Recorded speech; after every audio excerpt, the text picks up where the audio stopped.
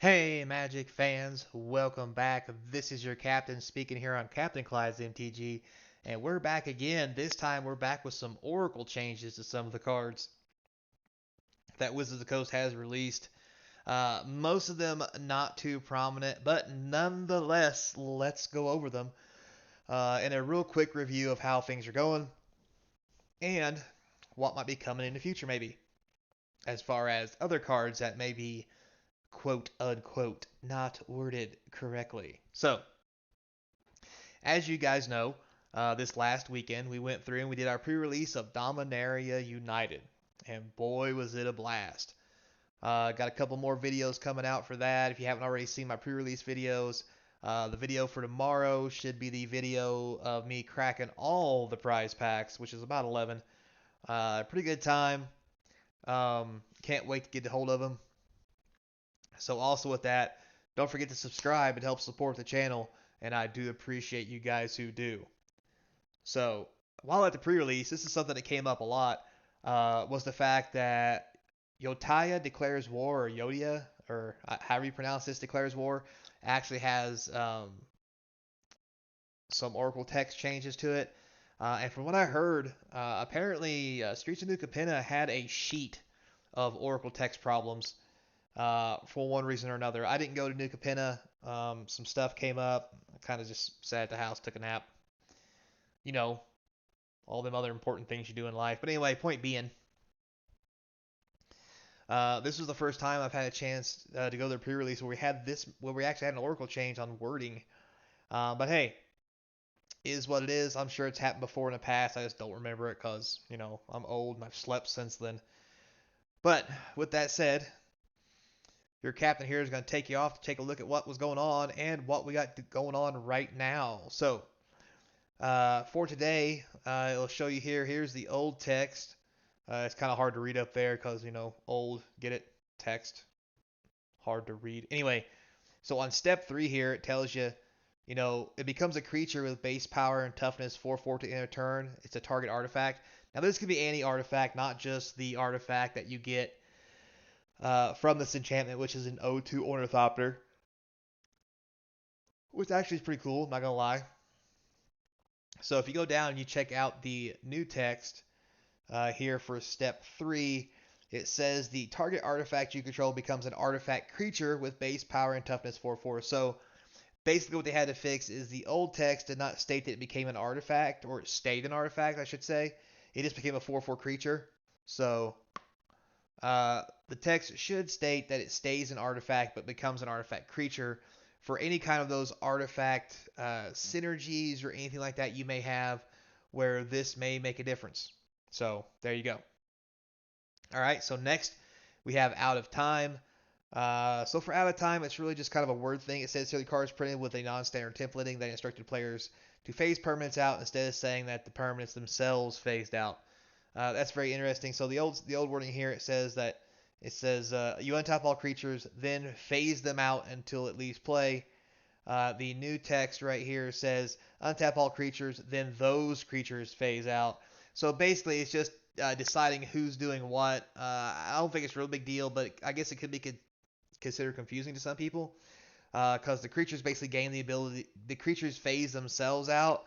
I guess maybe there could be some confusion here with targeting and things that have ward or what have you. Um, so that's probably what the main fix there is. Cleric class, which is just rotated out, so it's a perfect time to fix wording on it because, yeah, Wizards of the Coast. So in here, I'll give you the basic rundown. So the very last piece of text on this card, right here for level 3, states that when this class becomes level 3, return target creature card from your graveyard to the battlefield. You gain life equal to its toughness. The uh, the wording on this kind of made people think that if you target something in the graveyard, you gain life equal to the toughness of the creature that's in the graveyard. For example, if you targeted a 0/0 clone, you would gain 0 life. That is technically not how it works.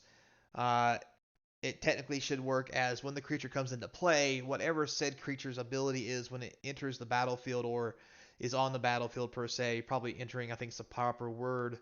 that is the life you gain. So, for example, if you took a clone out of your graveyard, put it back into play, and you clone something that was a 1/5, you would gain 5 life because 5 is the toughness,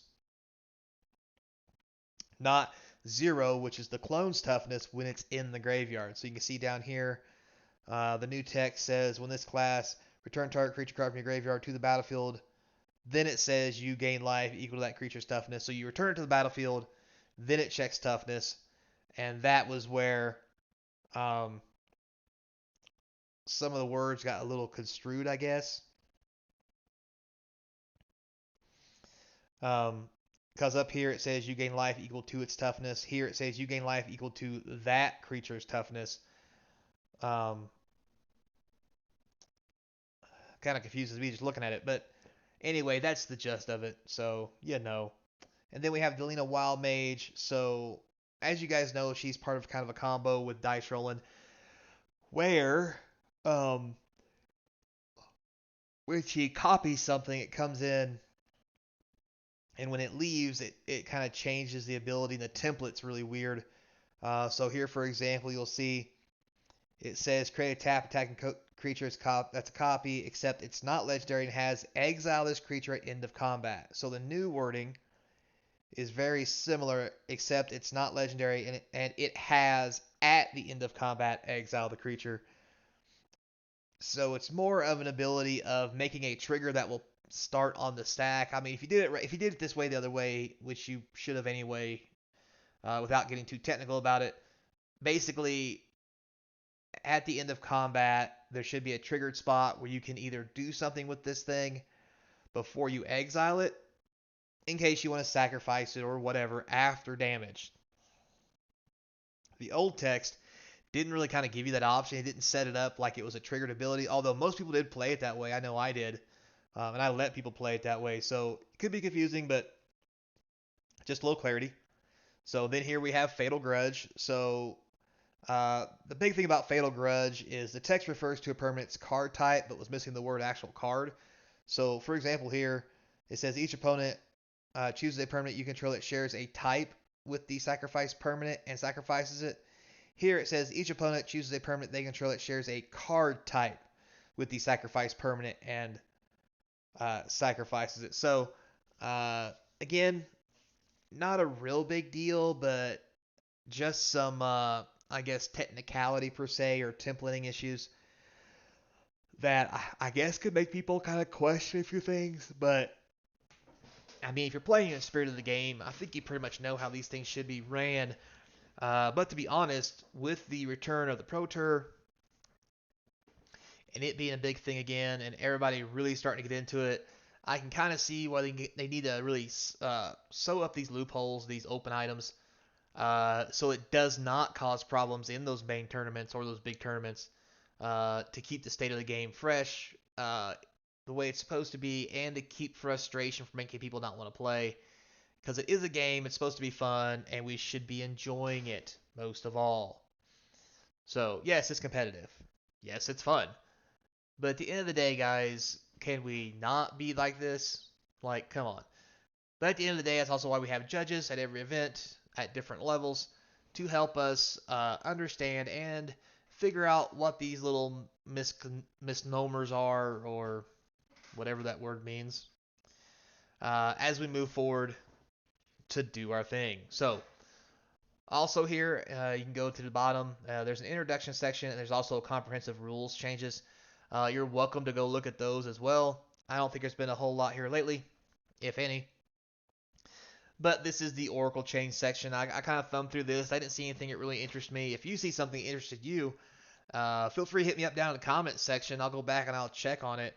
Like I said, we're just now getting back into Magic, and some things are starting to get noticed that flew under the radar while we weren't having big tournaments. So you never know what may happen. So with that said, guys, don't forget, like, subscribe, hit the notification bell, comments down below is going to feed that YouTube algorithm. I appreciate it, and I will respond. Trying to get to 1,000 subscribers still. Appreciate everybody who's already subscribed and comes back for more. If you want to help out and you've already subscribed, check out the links in the description for the eBay store, where I sell all my cards from the box opening series, which, speaking of, is getting ready to start probably by the end of this week for Dominaria. Also, There is the Patreon page where you can subscribe monthly for a small or large monthly fee, depending on what you want. You will get an equivalent of items, swag, discounts in the store, and maybe even some free stuff, probably free stuff, also for helping support the channel and everything I do. Also, in there is the email. I'm going to reach out and say, hey, nothing wrong with that. Always use a little hand.